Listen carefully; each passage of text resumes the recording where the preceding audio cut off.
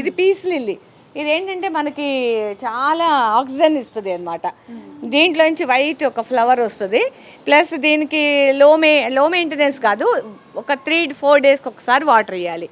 ఎక్కువ వాటర్ ఇచ్చినా కూడా ఈ ప్లాంట్స్ చాలా డెలికేట్ ఇవి ఎక్కువ వాటర్ ఇచ్చినా కూడా తొందరగా కుళ్ళిపోతాయి.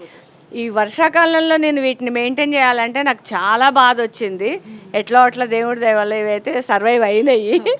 వాటిని అటు మార్చుకొని ఇటు మార్చుకొని కొంచెం పేషెన్స్ ఉండాలి, ఓపిక ఉండాలి. అవైతే నాకు కొంచెం ఎక్కువే అండి ఓపిక, పేషెన్స్. అందుకని అవి సర్వైవ్ అయినాయి అనమాట. అది. సో మ్యామ్, ఇప్పుడు మీరు అన్నారు వర్షాలు వచ్చినప్పుడు కూడా మొక్కల్ని మెయింటైన్ చేయడం చాలా కష్టము అని చెప్పేసి.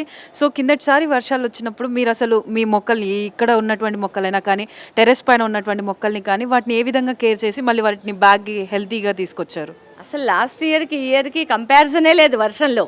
ఎందుకంటే లాస్ట్ ఇయర్ ఇంత వర్షాలు లేవు. ఈ ఇయర్ అసలు నాన్ స్టాప్గా వర్షాలు పడినాయి. ఇంకా నేను ఒక స్టేజ్లో నేను గివప్ చేసేసాను.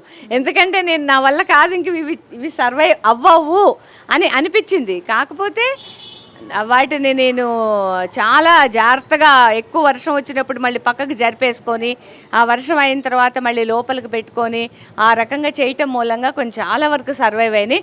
ఆ వర్షంలో మనం అవి మన సాయిల్ కానీ మనకిచ్చే ఫుడ్ కానీ దేని మూలంగా కాదు, విపరీతమైన వాటరింగ్ చేస్తే మాత్రం చెట్లు పాడైపోతాయి అన్నమాట.